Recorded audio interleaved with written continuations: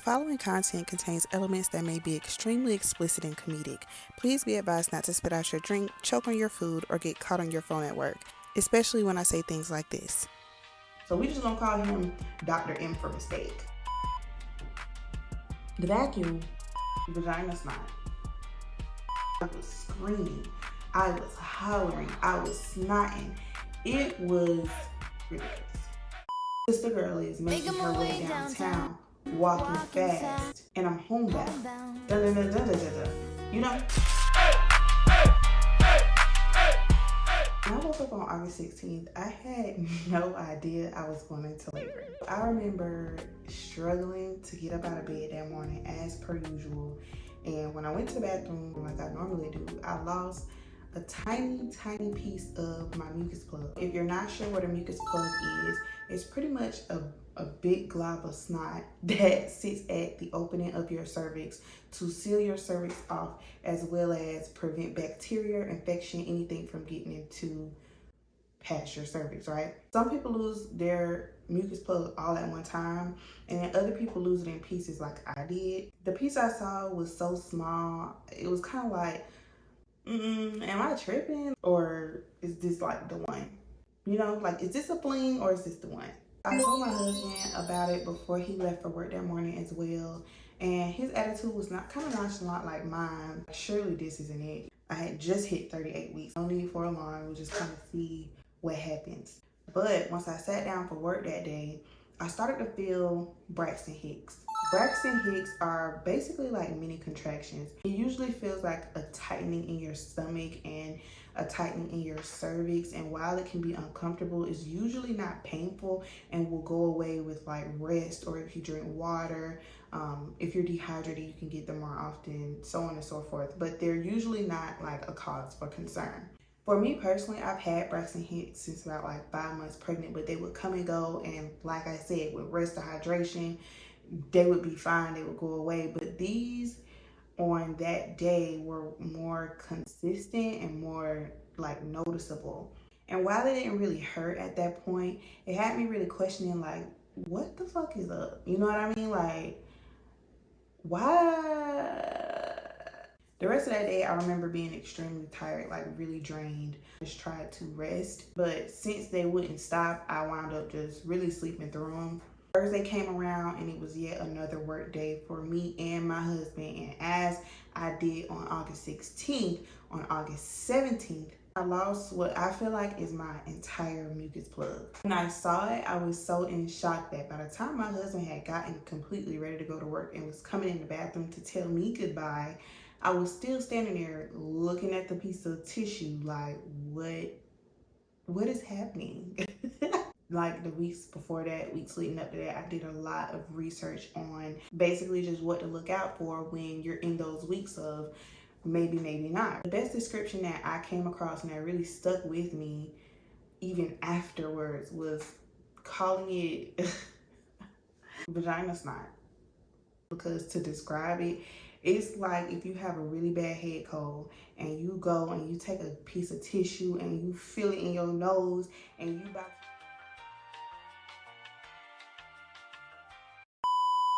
So the same thing happened that day. I went to work, I sat down and started feeling those Braxton Hicks. Thursday though seemed to be a little bit more intense. Feel more of a pulling sensation. It was almost like something was bearing down. It was so subtle, and that bearing down feeling was so irregular that it didn't really make me want to go to the hospital, and it wasn't really a cause for alarm. But I think Thursday evening was when I decided in my mind that I probably would be having a baby soon. I don't think I had put a time frame to it yet, but it was definitely like, okay. Sister girl is making her way downtown, walking fast, and I'm homebound. Dun, dun, dun, dun, dun, dun, dun. You know? Something in my mind was like, just take the last little pictures and videos. It literally was the last visual of me and my husband together while I was pregnant. So now it's Friday, and my contractions are starting to hurt real bad. I had gotten off work early on Friday. It just was a part of my schedule. The whole day at work, the tightening feeling was more consistent. That bearing down feeling was more consistent, more regular. and it was starting to hurt. I think by the time I went to work, it was kind of like a pinch. Every time it happened, it would kind of be like a pinch. But as the day progressed, it got worse. The best way for me to describe it is if you try to like really, I'm not even gonna do it because I don't even want y'all to know how we got like flex your arm muscles really hard as you can, and then do it harder than that. That's what it feels like. It feels like a muscle tightening, literally. So I think once that started happening, I had made up my mind I was in labor. It was like early stages of labor.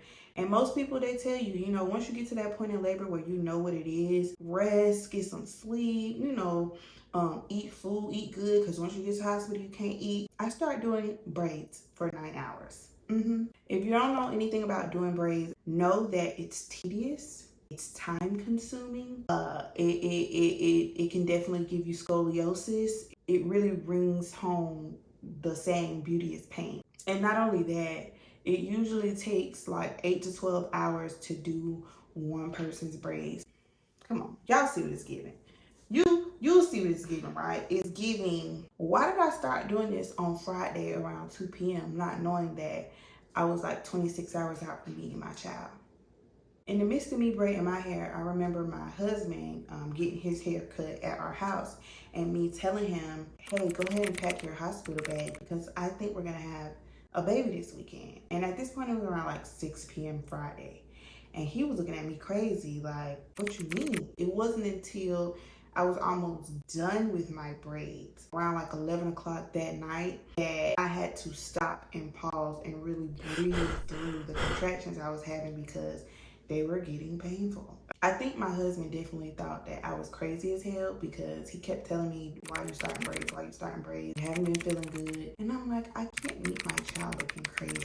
Why would I do that? And I pushed through it. I did it. I didn't finish until around 11:30 that night. I got in bed maybe like 11:45. I couldn't sleep through them anymore. Every time they would come, it would wake me up out of the sleep I was going into. Physically frustrated because I could tell my body was getting tired. It was a contraction, like my body was revving up every time for this bearing down feeling. I'm waking up my husband and it's going on 12:30 in the morning, and you know that's when he told me, you know, you gonna call the on-call nurse? Like, can you go ahead and call the on-call nurse? There's no point in sitting here going through this. Go ahead and call them folks. I gave the on-call nurse a call to complain about the symptoms I was having, and sure enough, she told me, go to the hospital. So as I'm walking into the labor and delivery ward, I didn't know at the time that I was nearing second worst pain I would have in the next like 4 hours. After they checked me into the labor and delivery ward, the nurses took me into the triage unit, which is like off to the side. It's like a nurse's station back there in the back. You would never know it, but it's like a whole different world back there. It's just one singular hallway. There's a nurse's station. The hallway goes down, and then there's like maybe like 3 or 4 rooms back there. So they took me back into one of those. The nurse I met with, I cannot remember her name, but she had such a good personality. She was so sweet. She told me to completely undress and put on this hospital gown. And she was gonna come in, take my vitals, and, you know, do the whole rundown. I think it was at that point I knew seeing myself that vulnerable and being so open out was something I haven't really experienced before. I think it was really mentally challenging for me, and I felt, for the lack of better words, I just felt naked and afraid. So anyways, the nurse comes back in and she's like, bro, what's going on with your blood pressure? well, you tell me. What you mean? And when she showed me that blood pressure reading was 159, girl, I want you to know that's high as hell. It's high as hell, high as a kite. Are you giving me stroke? Like, what's up? Your blood vessel is about to burst. Knowing that, I asked her, is it giving admittance? She basically gave me that hell yeah look and told me, they're gonna admit you. Let me give you a cervical check. See how far dilated you are. Okay, a cervical check. So she gloves up, she lubes up, and she tells me to lay back and basically butterfly with my legs. Just imagine this is my knee, one knee here, one knee there.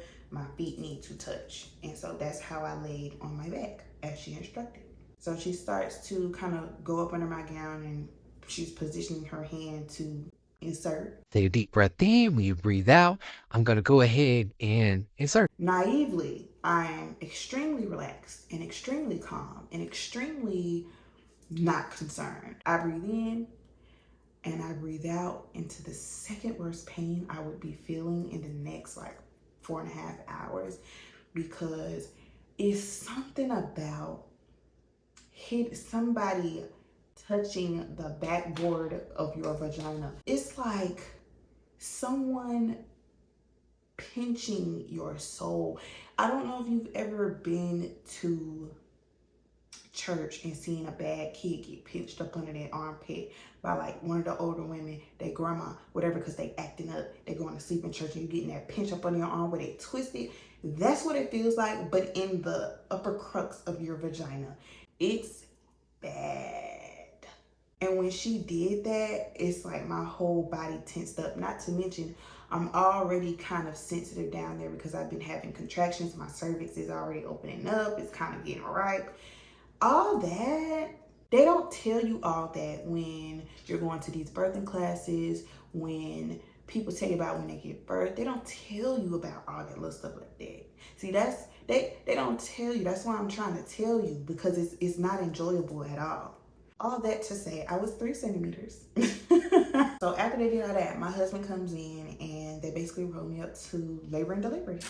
So as I'm being rolled up, I'm going closer and closer to the worst pain I felt in my life. It didn't have anything to do with actually pushing the baby out, might I add. But before I get to all of that, my husband and I were met with one of the sweetest nurses, Miss Deb. She would only be with me until 7 a.m. the next day. So she wasn't there the whole time, but she was there for the good part of it. Originally, she was asking me, did you want to get an epidural now, or did you want to wait later? Is that in your birth plan? Yeah, it's absolutely in my birth plan, but I think I want to wait a few hours. You want to get it now's the best time. This is a slow period for the hospital. That way you don't have to wait. I will wait. Okay, well, let me go get some blankets for Dad, and, we'll just see how it progresses. She came back about 30 minutes later. That's all it took for me to be like, yeah, I think I'm ready. I think I'm ready for the epidural. So off she went to get the doctor to do the god-awful epidural. An epidural is an anesthetic that's usually placed into the spine to produce a loss of sensation below the waist. What I didn't know about the epidural, before you get an epidural, what they'll do is give your body lots of fluids and make sure that your spine has plenty of fluid, so that once they stick that needle in, you have enough fluid to where it should be a smooth process. So it takes about 30 minutes to an hour for them to give you two bags of fluid into your IV. So for the next like 30 minutes to an hour, I'm getting beefed up with this fluid until about 3:30 a.m. when the anesthesiologist came in. For him to have inflicted such a memory, for him to have been the cause and the director of such a horrible scene in my life, I don't know how I don't remember his full name, but I know it started with an M. So we just gonna call him Dr. M for mistake. Dr. M for mistake comes in and he introduced himself. He's like, hi, I'm Dr. M for mistake. I'm going to be administering the epidural. Everything behind you is going to become a sterile area. So Dad, we're going to need you to come around in front of Mom. And also, I'm going to give you this form to sign before I do the epidural, and I'm just going to set it behind you. And basically the forms were, bitch, if we make you paralyzed from the waist down, you can't sue us. And I remember seeing that and being like, am I making the right decision here? Like, why am I signing my life away? I signed it. He instructs me to basically sit on the side of the bed like you're about to get up out of bed. Sit on the side and edge of the bed. He gave me one of the pillows to hug it, and then to hunch over and try to like hunch my back out so that he's able to administer the medication. My husband is in front of me. I hope y'all can envision all of this because there's a lot of body parts being put together that don't go together. But pretty much I'm sitting on, my feet are touching the top of his knees. I'm holding his hands and his head is like right here. If that all makes sense, right? So we're enmeshed at this point. I'm cleaning off my things. You're gonna feel something cold. I'm swabbing your back for the alcohol so that it's sterile. Okay, remain still. I'm gonna give you this lidocaine shot. Okay, the lidocaine shot is done. Now I need you to take a deep breath in because I'm gonna insert this needle into your back now. Okay, I'm gonna count down from 3. You're gonna feel a lot of pressure. I need you to stay as still as you can. And so Nurse Deb is there, an angel. It's gonna be over really quick, just stay still. Naive. So he counts down. 3, 2, 1. And on 1, I was experiencing the worst pain of my life. It feels like, you know, this part of your elbow, if you ever hit it, that funny bone, and you get that shock, and it's like, my God, that's what it feels like, but constant and in your back. I know that he said you're gonna feel a lot of pressure, but I was not expecting that. When I tell you the forms I signed went out the window, the paralyzation went out the window, the staying still went out I was not concerned about none of that shit. I was trying my best not to squirm. I was trying my best, but I was screaming. I was hollering. I was snotting. It was ridiculous. And then it was over. And I'm thinking it's over.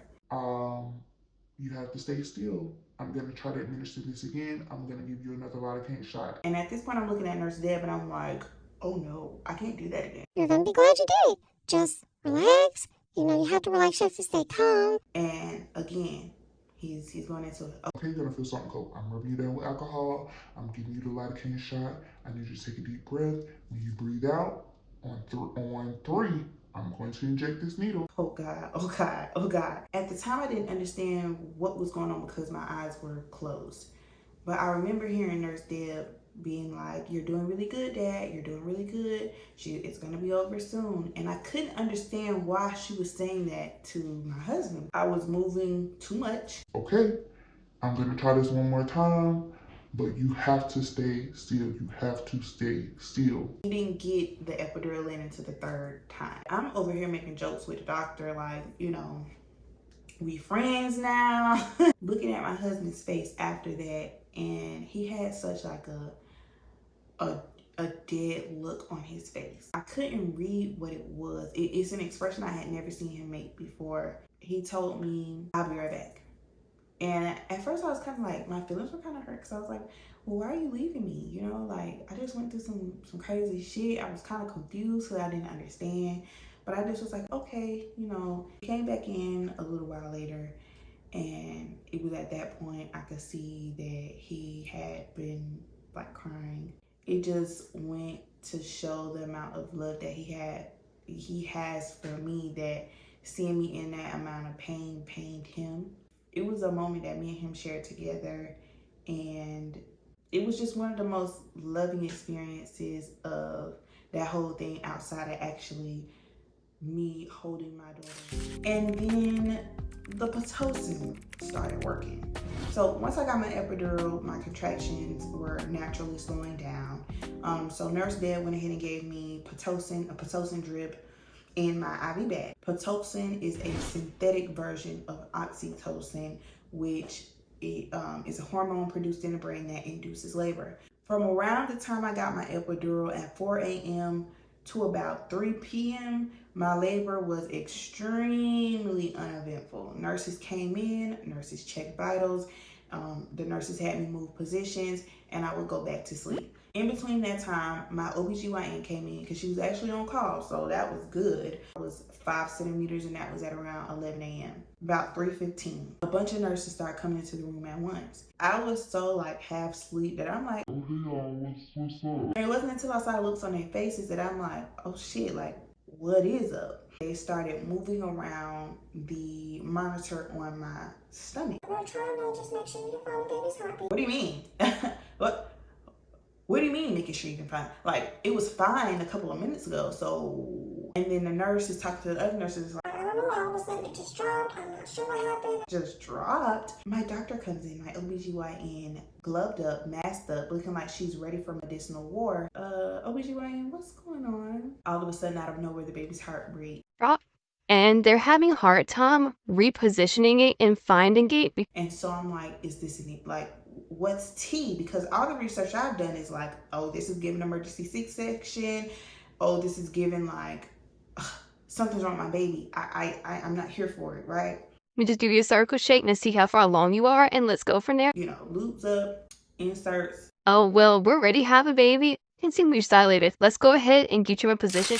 It's just commotion on top of commotion. Nurses start running around. There's technicians coming in, reassembling my bed to include the stirrups, drop down this light from the middle of the ceiling and put it on. My bed is being pushed to the middle of the room. In the middle of all this, my doctor is like, oh yeah, let's order the vacuum. the vacuum? We're gonna try vaginally first. It's just if you need any help. So now we're getting into a position to have a baby. One leg up on this stirrup, one leg up on that stirrup. My husband is holding this leg and I'm holding this one. At 3:52 p.m., my doctor is like, oh. Okay, on this next contraction, we're gonna push. I'm so excited. I'm so nervous because I just woke up like 20 minutes up and I pushed for the first time. Oh, you're doing really good. That next contraction, bear it out. Bitch, I'm spread open. I don't even give a fuck. And so the next contraction come up, I see it on the monitor.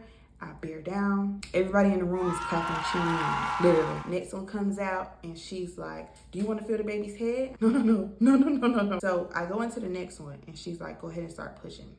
And before she could finish her sentence, which was, oh, hold on, wait a second. I had gave birth to my baby. I had pushed the baby out. My baby cried out for the first time, and I remember just that feeling of all the waiting, finding out that I was pregnant, taking multiple pregnancy tests, getting it confirmed at a doctor's office, seeing her for the first time, seeing her grow through ultrasound, seeing me grow through time. I remember all the nasty prenatals, all the insurance I had to take, me gaining weight, me losing weight, me being sick. All that shit, me feeling her kick inside of me buying clothes for her, the baby shower shit, all of that shit was for this person. And that feeling, that overwhelming feeling of like, oh my God, you're here now. It's like indescribable. That was like one of the first times I've ever boohoo cried. Ready to go Happy home? tears, like boohoo cried. My husband cut the umbilical cord. I was able to do skin to skin with her for like the next hour. It was amazing and I was automatically in love.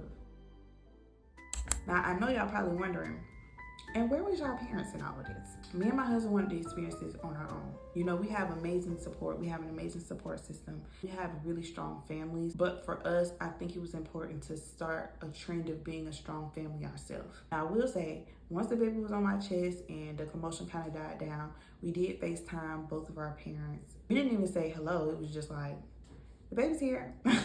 But, you know, it was such a great experience. Motherhood so far has been amazing. I'm only 3 weeks postpartum. Actually, to this day, 3 weeks postpartum. Don't let people scare you about motherhood. Don't let people scare you about giving birth. And as far as even motherhood, those postpartum days, that fourth trimester they talk about, you know, don't let people scare you about that either, because to be honest with you, I'm so happy to be tired. So happy. Let me know down in the comments below your due date. My due date was August 31st. I had my child August 19th. Make sure you hit that subscribe button, and I will see y'all in the next video. I have to do it. I feel like I'm talking too much. Okay.